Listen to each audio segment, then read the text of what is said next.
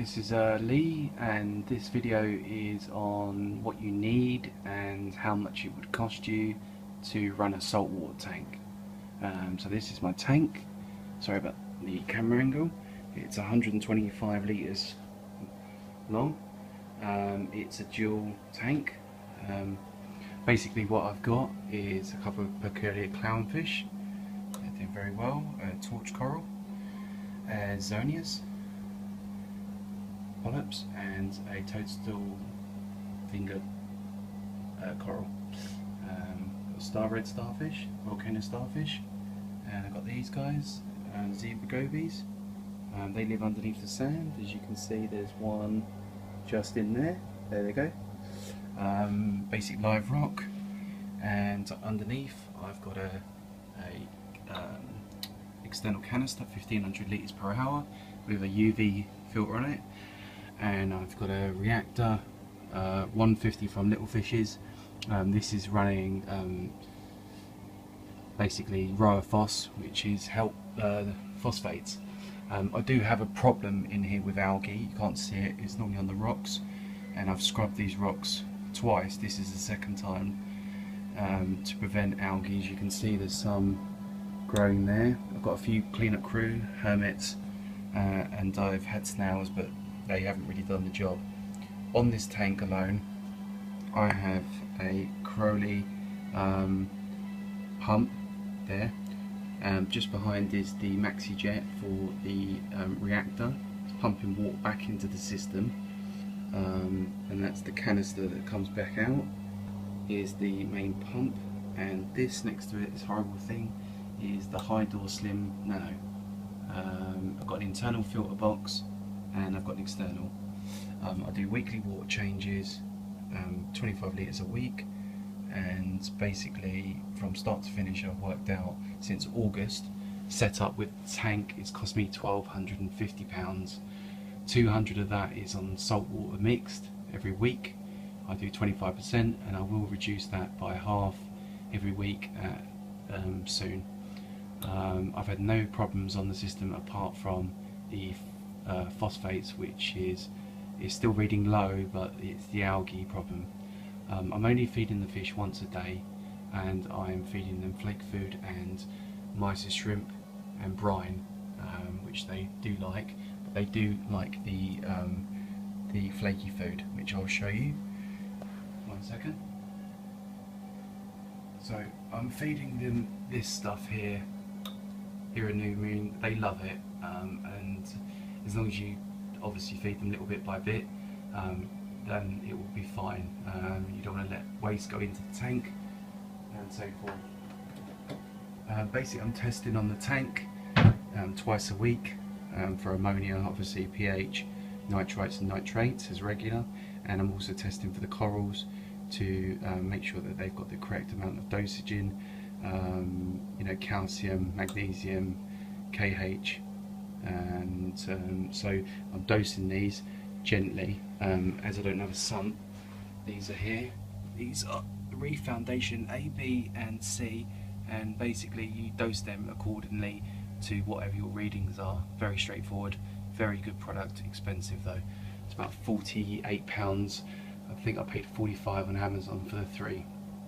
And the way I dose it basically is, because I don't have a sump, you want to mix, you want to put some in salt water, so get a cup of salt water basically, and you want to pierce a hole through the bottom of the cup, and you want to add the solution, mix it up in another pot, and then gently add it in. So what I do is open the trap here, it sits in the top, and then it just drips in drip by drip. You don't want to shock the system, and you want to test your parameters before you dose anything into the system.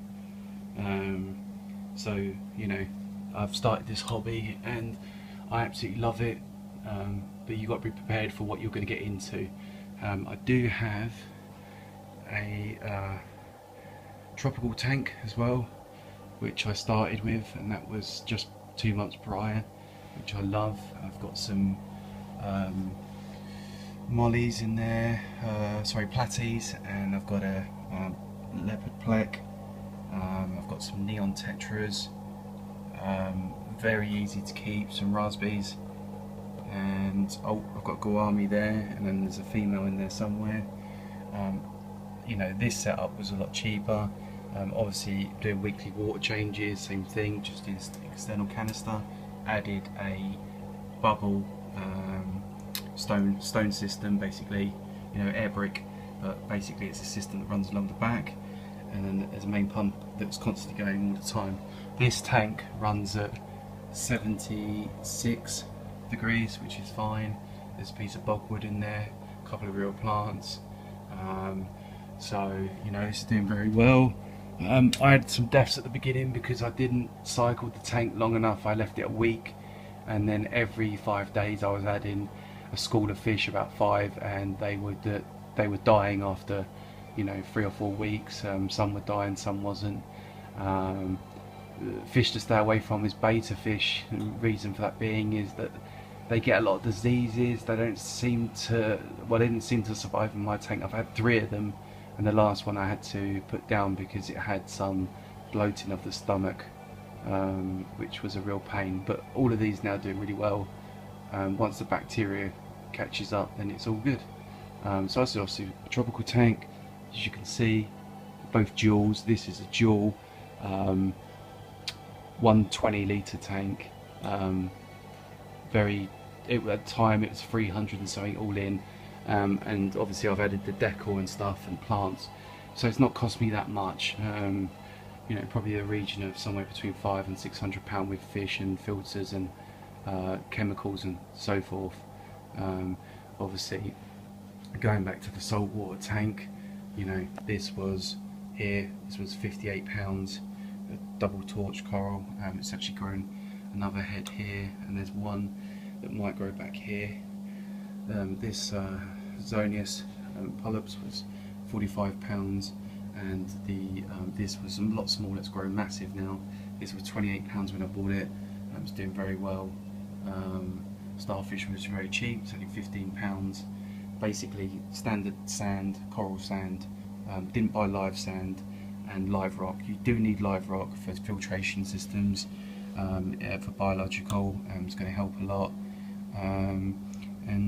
Yeah, the timers are on for the lights, and they're on for at least sort of 7-8 hours a day maximum. No natural light near the tank. There is a window over this end, and I do try and keep that away, as in I pull the blinds when it gets too bright. You know, things to keep in mind when you go to the fish store. You're looking for healthy livestock, and not to get ripped off, basically. I'm not an expert at this. I'm a beginner. Started 6 months ago. The people you want to check out definitely is Mr. Saltwater TV on YouTube.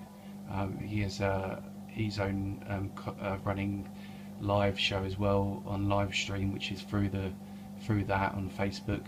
But he has a lot of help and tips, and he's very good. He's been in the saltwater industry for a long time. And the other one is New York Steelo, and he is very in depth on algae problems. He was the one that I read up on the phosphate BAM reactor to add, you know, not adding things and be patient. You know, when I started this, it was at least 3 months.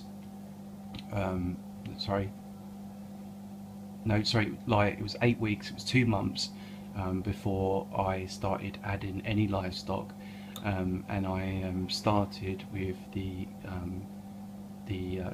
cleanup crew first off, which was the hermits, which you can see just there's one. Yeah, and there's another one at the back there moving around. Just there he is. There, and there's another one. This is coralline algae, I think. This is not a problem. You don't want red slime algae, and you really don't want hair algae. And I'm trying to obviously battle that.